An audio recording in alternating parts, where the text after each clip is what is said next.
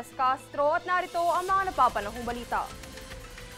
Sa paghahain ni Senator Sherwin Gatchalian ng PET bill sa Senado nitong Martes, isa ang panukalang 3-year college education sa kanyang isinumite na nakahalintulad si pinapatupad sa mga bansang gaya ng Canada at Australia.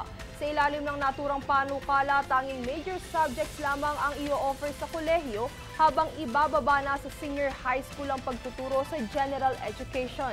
Samantala ay giniit naman ng senador na nais niya panatilihin ang pamumuno sa Committee on Education sa susunod na kongreso at kung may magnais man na humalili, halimbawa na lamang si incoming Senator Bam Aquino, kanila na lamang umano itong pag-uusapan. Bilang bahagi naman ng kampanya laban sa agricultural smuggling, nasabat ng Department of Agriculture ang tone-toneladang kontrabandong sibuyas at isda sa Port of Manila. Tunghayan ng ulat mula kay Jade Buhoy. Sa pangunguna ni DA Secretary Francisco Chu Laurel Jr., binuksan ang 6 na 40-foot container na naglalaman ng mga ipinagbabawal na produkto mula sa China.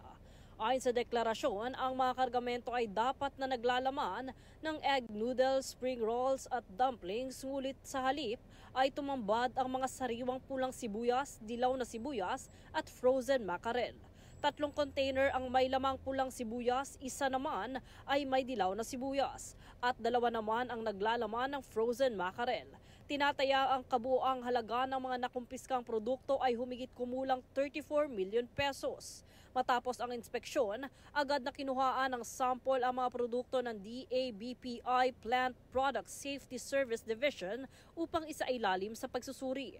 Magsasagawa ng pesticide residue testing, microbiological analysis at chemical analysis upang matukoy kung may banta sa kalusugan ang mga ito. Ayon naman kay Laurel, ito ay alinsunod sa direktiba ni Pangulong Ferdinand Bongbong Marcos Jr. na paigtingin ang kampanya laban sa agricultural smuggling upang maprotektahan ang mga mamimili at lokal na agrikultura. Jade Buhoy, nag-uulat para sa Golden Nation Network.